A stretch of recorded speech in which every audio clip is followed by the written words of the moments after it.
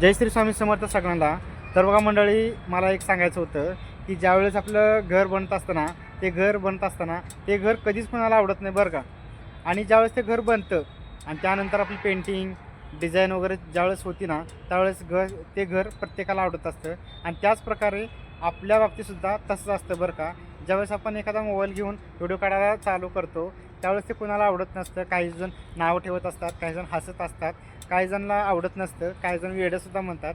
आणि त्याचप्रकारे आणि ज्यावेळेस आपण समजा परफेक्ट त्याच्यामध्ये होतो ना, तर त्यावेळेस प्रत्येक माणूस हा आपल्याला बघण्यासाठी तडफडत असतो.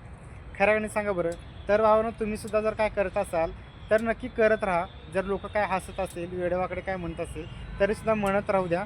पण तुम्ही तुमचं ध्येय नका मागं घेऊ.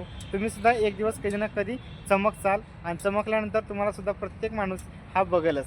आणि आपल्याला का बघत नाही तुम्हाला सांगतो. ज्यावेळेस आपले सबस्क्रायबर, आपले फॉलोअर्स हे कमी असतात, ते आपल्याला आपल्या व्हिडिओवरती थांबत नाहीत, आपल्याला व्ह्यूज चांगले देत नाहीत.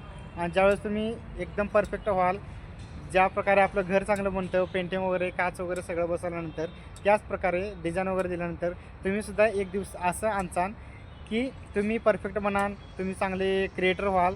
त्यावेळेस तुम्हालासुद्धा नक्की चांगला रिस्पॉन्स येईल. त्यामुळे तुम्ही लोकांचा विचार करून हा ध्येय सोडू नका. तुम्ही सध्या कच्चे आहात, त्यामुळे तुम्हाला थोडंसं वाईट वाटत असेल किंवा लोक तुम्हाला बघून थोडंसं वेगळा विचार करत असतील. पण असा ध्येय नका ठेवू. तुम्हीसुद्धा एक दिवशी नक्कीच चमकाल. फक्त तुमचा अभ्यास आणि तुमचा ध्येय हा पूर्ण शेवटपर्यंत राहू द्या.